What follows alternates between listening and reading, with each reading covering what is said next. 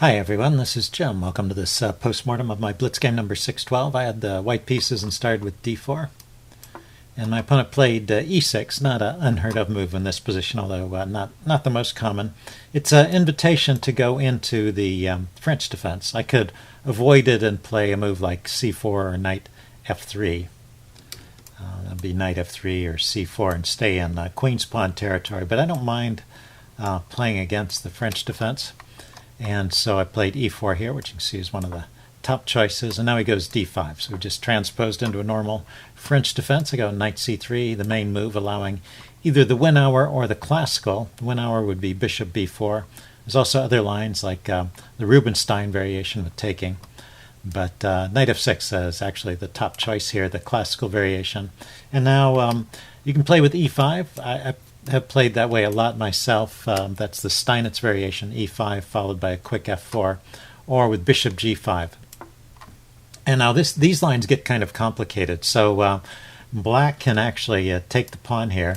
It's an interesting way to play, and then white takes back, trying to exploit the pin, and white can defend. There's also this bishop b4 line as well. So pretty complicated lines, and this bishop e7 is one of the simpler ways to play, although it's not bad actually. It looks like at first that white is driving this knight back, and white is getting is eliminating black's good bishop, and then f4 is the main move here. But it turns out this position is pretty near even, only a slight edge to white, so it's not a bad way to play at all. Now I don't have to play f4. I was thinking about playing knight f3. I was trying to decide between knight f3 and f4, but you see f4 is the overwhelming choice, and knight f3 is, maybe it's even a mistake. Well, there's not too many games of knight f3 played. Let's see, it would go like this: knight f3, and then he could castle, and queen d2, maybe going for castling queen side. I think the problem is that, and then black plays c5. The problem is that black immediately starts undermining these pawns in the center, and with my knight here on f3, it's blocking the f pawn. So it's good to get in that f4 push if you can. And so I play it right here. So this turned out to be an okay decision, although there's still issues along this. There are going to be, after you play f4, there are going to be issues along this dark squared diagonal, because you typically want to castle king side, get a rook here, and go after your opponent's king. That's a typical strategy that you play in this position. And so the queen checking along this diagonal is kind of an annoying threat, or pinning. So let's see, black could castle here or play a6. That's the way he played this. Keeps my knight from hopping into b5, which is sometimes an idea, looking at the c7 square and looking to hop into d6 if that c pawn ever moves. So just stops that annoying knight move. And now a knight f3 here is a reasonable way to proceed, c5. And right here is where I really get out of books. Up to this point I've been doing okay, and this position is about even. Just queen d2 or taking the pawn. You a lot of times don't want to take this pawn in the French defense, but those are positions where black still has his dark squared bishop, and he can take back with the bishop here, developing it in one move. The queen on c5 is not so much of a threat, and you do get this square for your knight on d4, so that's a good thing, and you have your center solidly protected with the f pawn, so you have the e pawn protected. So probably just going ahead and taking, or queen d2 followed by taking, is the way to play this.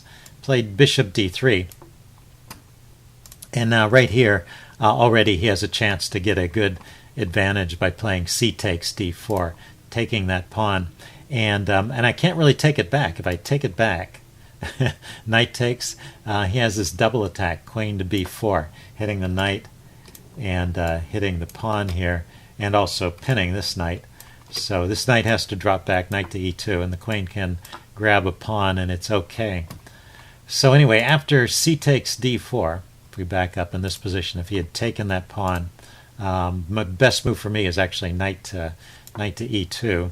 He still has this queen b4 check, And see, I can block with the queen, and he can grab the pawn, and I can castle. But this is a slightly better version for me. I mean, black is better. He's grabbed a pawn, but I have some compensation. Actually, black is 2 pawns up at the moment, but one of these pawns can be rounded up pretty easily. But anyway, this would be better for black, and white would have to play for compensation. So that means this bishop d3 move that I played was just a mistake. I need to take that pawn there. Anyway, he didn't punish it. He played knight to c6, a logical developing move. And after this, we're in the range of about even. I finally decide I do have to take that pawn, which is right. And he could take with either the knight or the queen. I checked it out. If he takes with the queen, I was a little bit annoyed by this. The chess engine says it's no big deal and gives this kind of funny line with queen here, queen d2 and a b5, coming forward to maybe harass the knight. Knight gets out of the way. Bishop to b7. Oh, that was the other point of moving the b pawn forward, give this bishop a square. And then castling queenside, which I would not have thought of, actually. Castling queenside in the French defense, where he's already got these pawns pushed forward somewhat in an open c-file to operate on. But the engine thinks this is okay. Anyway, so I was actually happy when he played knight to c5, because I still would have tried to work out some way to castle a kingside, and maybe it wouldn't have been so easy here. But now I get to castle a kingside with no trouble. And like I say, my idea is to push these pawns forward, try and open up his kingside. Typically, black is going to castle on the kingside, although it can happen in the French defense that black castles queenside, particularly in those lines where the kingside has become somewhat disrupted. But here I think he's got a plan of just advancing on the queenside and castling to safety over here. It's probably okay. So I get my knight out of the way of that potential b-pawn push, and then I want to put this pawn up to c3 at some point to have a solid defense against any pressure on the c-file, and also to secure the d4 square for my knight. He goes bishop b7, so once again b5 to allow the bishop to develop. I play c3, and now he decides to take off my light-squared bishop. I was a little bit reluctant to give it up. If he had given me one more move, I would have moved the bishop back here and tried to arrange for a queen and bishop battery along this diagonal. That would have been hard to do with this knight here, but maybe I could have chased the knight away with b4, something like that. So he snapped it off, but this position is still okay. All these moves, since the one mistake, with the c takes d4 that was not played, the position has been about even. Well, my mistake first, bishop d3, giving black the advantage, and then knight c6, giving it back, or going back to equality. So a reasonably played game so far. I get my king off of this diagonal to avoid the queen coming to c5 with check. Let's see, he plays h6, giving his king a little lift, and also stopping my knight from hopping in here. I go rook a to e1. I was preparing to push the f-pawn forward, and I wanted to make sure the e-pawn is solidly defended. Let's see, he plays b4 now, and I push on with f5. So he takes. That's probably a reasonable thing to do. And now my next move is actually a mistake. I should have just taken back. I'm not sure what I was thinking at the moment. Maybe I was a little bit distracted. So I played knight g3 instead. And he has a very good move here. Here, let's back up. If I had taken the pawn, and the engine gives this line where he pushes on with a5, and then I play knight to f4. And this is the kind of position I was looking forward to. I have this pawn here that I can use to throw forward and maybe open up some lines against his king. I have the knights ready to hop in. Maybe knight coming in here, threatening to come to f6 in some cases. And this other knight can hop in like this. So there's a lot of potential attacking ideas in this position, and it'd be interesting to play. It is probably an even position with best play. The chess engine doesn't see any win from this point. It just rates it as about even. But, well, knight g3 was just a mistake, not taking the pawn. And now he could punish me by just playing g6. Just push that g-pawn forward, defend the f-pawn. He's got a very solid setup here. This pawn is not looking so dangerous anymore. Maybe he can route the knight around like this to blockade it. It's not a passed pawn because it's got to get past this f7 pawn. So So I think black is just fine in this position, and he's a pawn up. So that would be good for black. So I was lucky, and my second mistake, and once again he failed to punish it, but he pushed on with f4. And this gives me a chance to round that pawn up now, knight to h5. And it's really just too dangerous for him to push on with g5, because I can hop in with the knight to f6, and I can bring my queen over to the king side, and things are looking pretty scary for black very quickly. Gets dangerous very quickly. Anyway, he played b takes c3. Good move. Softening up my queenside pawns. And then he starts rerouting his knight over to d8. And right here, yeah, maybe that was a mistake to retreat the knight right at that point, because I have a good move here, even better than taking the pawn, which is knight to d4. Really didn't think about this. I was still focused on getting my pawn back. And let's see, if he plays knight to e6, just continuing that maneuver, then actually knight to f6 already is a winning tactic. Not so obvious at first, but just to give a sample line, if he takes, I can come in here to f5 with the other knight. That was why knight to d4 was such a good move. It's a route to get to the f5 square, one of the dangerous attacking squares for the knight. And after the queen moves, then I can bring my queen over to h3, and I just have a winning attack over here on the king side. My rooks can join in the game as well, so very dangerous. After knight to d4, his best move, according to the chess engine, is queen to g5, and then I round up the pawn.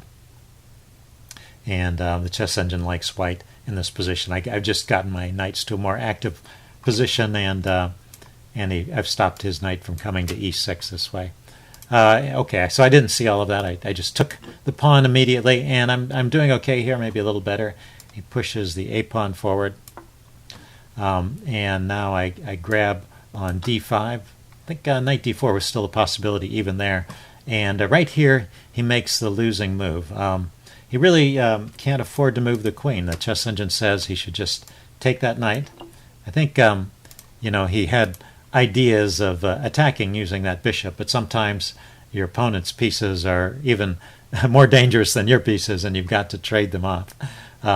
Because after this exchange, the knight comes to e6, blockading things. I am a pawn up, but my pawns are kind of scattered, and he has play against them, and so basically slight edge to white, but not necessarily losing for black. After the move, let's see, I did knight d5, and then instead of trading my knight, he moved his queen to e6, and actually he's losing for the rest of the game. So I keep a winning edge from this point out, even if I don't always play the best moves. I mean, this runs into the fork, which I spotted, and I thought that was pretty good. But even better than knight to c7, which I played, is the move c4. And just blocking this diagonal, defending this pawn here. If he trades the knight now, I've got two pawns connected, and one of them is passed, but there's two pawns connected in the center, and I just am dominating the board. The chess engine thinks maybe something like rook to c8 to guard against the fork that way. And then this knight hops into d4, like we saw in the other line. The queen drops back, and now the knight goes to f5, and gets to be a pretty dangerous position. The queen is actually running out of squares here. There's this threat of knight here check, which would win the queen because it's not protected right there. And and the knights are controlling lots of squares around here. So it's hard for the queen to find a move. And if you move the queen to the side like this, knight to f6 check is still a threat here. And this is just a sample line. It's probably better not to take, because after he takes the knight, it's actually a forced mate. This is one line. There were stiffer defenses, but after he takes that knight, it's a forced mate. So anyway, or maybe even after knight f6 check, it's a forced mate. But it's a tough position to defend, and kind of surprising. It's that move c4, just shoring up the center and making it difficult for him to trade off that knight is the best move in this position. So once again, I didn't spot that idea. I played knight c7, a pretty natural move, just going for the material here, and it's not bad. It keeps the winning advantage, so I can't criticize myself that much. But he does get a pawn for the exchange. Of course, I started a pawn up, so we're going to end up with 4 pawns versus 4 pawns, and I'm up the exchange. And now I start harassing the queen with my rooks, and I just keep the edge through all of this. He plays reasonable moves here, but it's hard for him to hold on to everything. Brings his knight here to blockade. Now I am a pawn up here, but well, once again, it's a situation where these pawns are kind of weak. It's more a question where I have this long-term advantage in the endgame because the rooks are going to be better than the bishop. So just need to survive survive to the endgame, and I should be okay. Let's see. I doubled my rooks on the a file, hitting his bishop, threatening to take it. He brings his queen back to defend. I play h3. I was a little bit worried about back rank tricks, so I wanted to give my king a little space. Goes knight f4, hitting my queen. And drop my queen back to f1, guarding the back rank and just getting away from further threats of his knight. Also, I mean, there are these crazy threats on g2 here, but I guess they don't work. Let's see, he played queen e4 here. But let's just try this. If he takes here, I was thinking I could take back. And now he really has to take the knight to justify this this sacrifice. And we end up in this situation where I've got 2 rooks against a rook and a bishop and the same number of pawns. And as we get to the end game, this pawn becomes more of a strength than a weakness. I mean, they are isolated and they can come under attack, but it's also a passed pawn, and I have threats. You know, I have the threat of just pushing that home. So that should be a winning end game.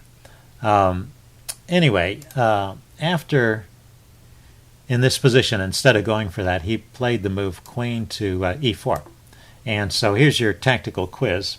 There's a nice tactic that white has in this position. So if you want to pause the video for a second, see if you can figure it out. Okay, I'm going to give the answer away now. The key to this tactic is that this queen is kind of overloaded. It's needed to defend the rook, and after one of these rooks, either one actually, either rook could go to a4 and hit the queen. And now the queen is also the only piece that can defend that knight. So the queen is overloaded. It's trying to defend the knight, and it's trying to defend the bishop, and it can't do both. And so this just wins a piece. There's nowhere the queen can go that holds on to both the bishop and the knight. So I missed that idea. Although I come up with that move in just a move or two. I come up with a similar idea. So let's see. First of all, I dropped back here. I was still concerned about these tactics on a2, but of course the threat to the queen is much more forcing. Let's see. He played bishop d5 here, hitting my rook, and now I saw the rook a4 idea. So the queen went to e3. Now it wasn't as good in this circumstance because his bishop had moved away from the threat, so the queen could safely move off of that diagonal. But now I don't have to worry about these threats to my knight on f3 here or the pawn on g2. So feeling pretty good about this position. Just bring my rook over here to harass his queen. And he tries some tactical solution here, but it just doesn't work out. He takes my knight, so I take his queen, takes here with check, winning my queen back. But at this point he realized after knight takes queen, king takes knight, I'm going to have 2 rooks, he'll have 1, and I'll also have the passed pawn. So pretty easy win from that point, so he decided to resign. Anyway, interesting game. Hope you guys like this. Leave any comments you have in the section below, and I will see you again soon. Bye.